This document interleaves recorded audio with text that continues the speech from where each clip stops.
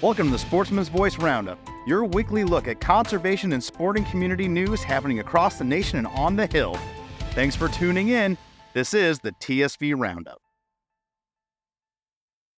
Welcome in, ladies and gentlemen, to this week's edition of the Sportsman's Voice Roundup, your weekly look at conservation news from across the nation for the week of May 11th, 2026. Our lead story this week, sportsman-related legislation on the docket in California. We'll turn to Kaylee Mortensen here momentarily, but let us check out the other headlines from across the nation. Tennessee wraps up the 2026 legislative session with several pro-sporting victories, whether through legislation that establishes an optional hunter safety education in the schools or legislation that protects hunters' ability to lawfully hunt within city limits. The interests of Tennessee sportsmen and women were represented in Nashville this session. The Massachusetts Legislative Sportsmen's Caucus hosted a roundtable on Sunday hunting. Yours truly participated in that. Many in-state partners, state agency leadership was there, and this was hosted by the co-chair in the Senate, Senator Peter Durant. And we got into the track record of CSF and what we've been able to establish and put down across the country and show why these prohibitions need to be repealed and provided the evidence. So you can check that out. It was a great discussion, and we certainly could have gone longer. So good opportunity there in Massachusetts. And then finally, Michigan sporting priorities await final legislative push from protecting sportsmen's interests at the ballot box to ensuring access to safe shooting ranges to meeting the financial needs of conservation efforts. Michigan's docket is packed with legislation that stands to positively impact sportsmen and women. A little housekeeping for you before we turn to our lead story. Make sure you go back and listen to the feature episode. We're right in the middle of turkey season, and we were able to sit down with Dr. Mike Chamberlain, the foremost authority on turkey research in the country. And it's just a fascinating conversation. Really, even if you're not a turkey nut like me, and you're just passive in it, you want to learn something. The research with the Wild Turkey DNA project is fascinating, riddling out what we perceive as certain subspecies, and maybe they're not what we thought they were, and what does that mean on the landscape and with these isolated populations and inbreeding. So, what does the future of the wild turkey in North America look like? What is the current state of the wild turkey and pressures?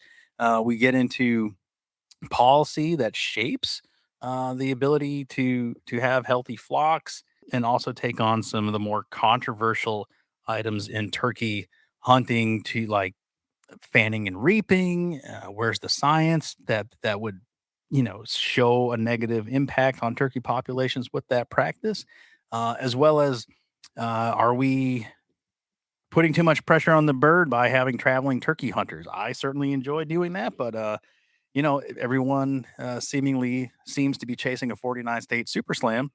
Is that good for the bird? So we unpack all of that and more. It's a great episode. I invite you to tune in, share that around with your friends. With that, and with the other headlines covered, we will now turn to Kaylee Mortensen to talk about all things California.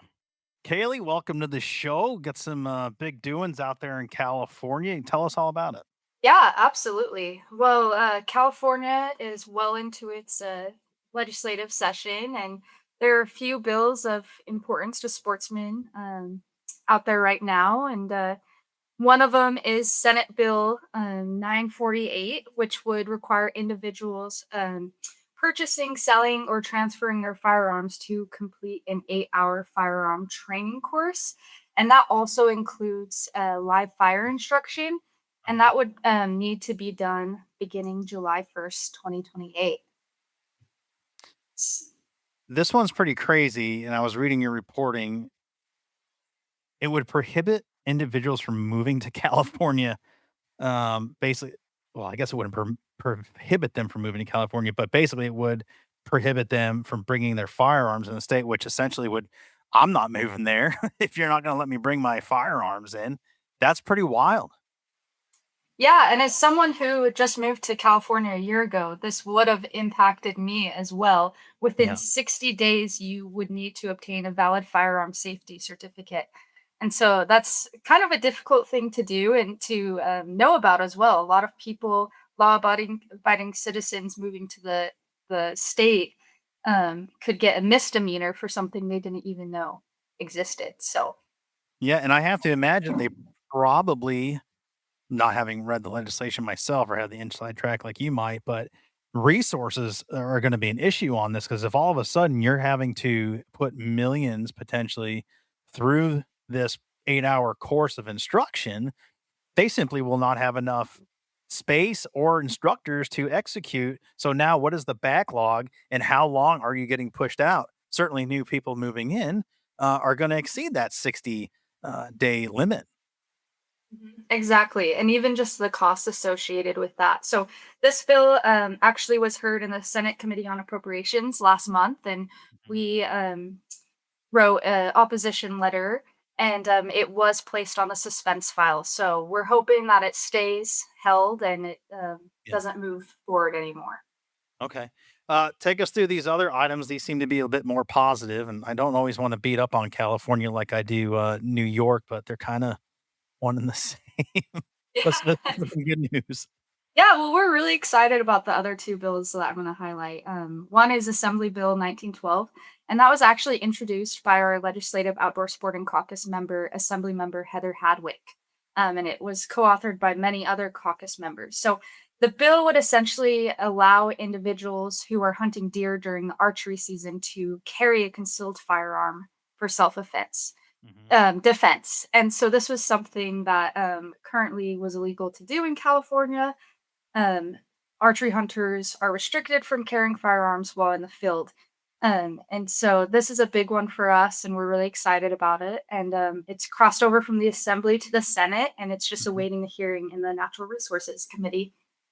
Yeah, that's a strong one. I mean, even air finger quote friendlier states than California to Second Amendment rights have had this issue in the past. I think even where I live in New Hampshire, where you wouldn't think of this being a thing, it just wasn't considered when the statute and regulations were put together. And some people were running afoul because, like you said, the language says no, you can't carry a firearm. Well, my Second Amendment does not stop just because I'm archery hunting. And we saw that through and got that updated. So hopefully California gets that squared away. That's a good news. And moreover, you guys got bigger critters out there that want to eat people. So if I'm walking out and I'm hunting California stick and string, I'm going to want something a little bit more punch if I run into a mountain lion or any number of the bears that are out there that just don't seem to be afraid of people. So it's a much more concerning situation. Plus the population of just other human beings that may be not as polite as you and I in good standing society. Yes, absolutely. And you said it perfectly. So we're really excited about that one. And the fact that it's moving in California, especially, is great. So Mhm. Um, the last bill that we're really excited about at CSF is Senate Bill 1021, and this was actually championed by another outdoor sporting caucus member, Senator Stephen Choi, Mhm. and it would require the California Fish and Game Commission to establish a program to increase opportunities for resident youth with life-threatening illnesses. Mhm. And so this would increase our opportunities to not only fish, but hunt big game, wild pigs, upland game birds, and even migratory game birds. Mhm. Um, and the legislation would require collaboration with the Department of Fish and Wildlife. But this is a program that isn't new across the country. It's been established in a lot of other states, and so it's something exciting. And it looks like it was referred to the Senate Committee on Appropriations, and it is held in suspense right now. Mhm. So we're hoping that one makes it out. What's the hurdle there? If you know, have you heard? I think it is funding. Yeah. Okay. Okay. Yeah. I mean, it's unfortunate, but I think a lot of these programs get private funds and they have restricted giving from donors that, if they're sending in so many hundreds or thousands of dollars that it's allocated specifically for these programs. And hopefully California, with all its, 10th largest economy on the planet, maybe there's some sympathetic folks out there that would want to put private dollars into the hands of the agency to execute that. Certainly there's partnership availability to that, but let's get it out of suspension first and maybe maybe move some people's hearts and minds to getting it done. Yeah. Yep, exactly. All right, very good. Well, great reporting. Anything else you want to bring to the people while we have you on? We don't really get to hear too much from you, so I want to make sure if there's anything else that's happening in your states, we can put that out to the audience. Nope, I think that's it, Fred. Thank you. All right, very good. Well, it's good to see you, and keep up the great work out there, and let's go California. Let's get some good stuff done. Thanks for joining us on this edition of the Sportsman's Voice podcast. Ladies and gentlemen, your support is crucial, and you can help us out right now by leaving a review, filling in those 5 stars where available, sharing this episode with friends and family, and engaging with us socially. CSF can be found on Facebook, Instagram, and X, formerly known as Twitter. Together, we can protect the outdoor sports we love and continue to keep you informed wherever you are. That's it for this week. Until next time, we'll see you later.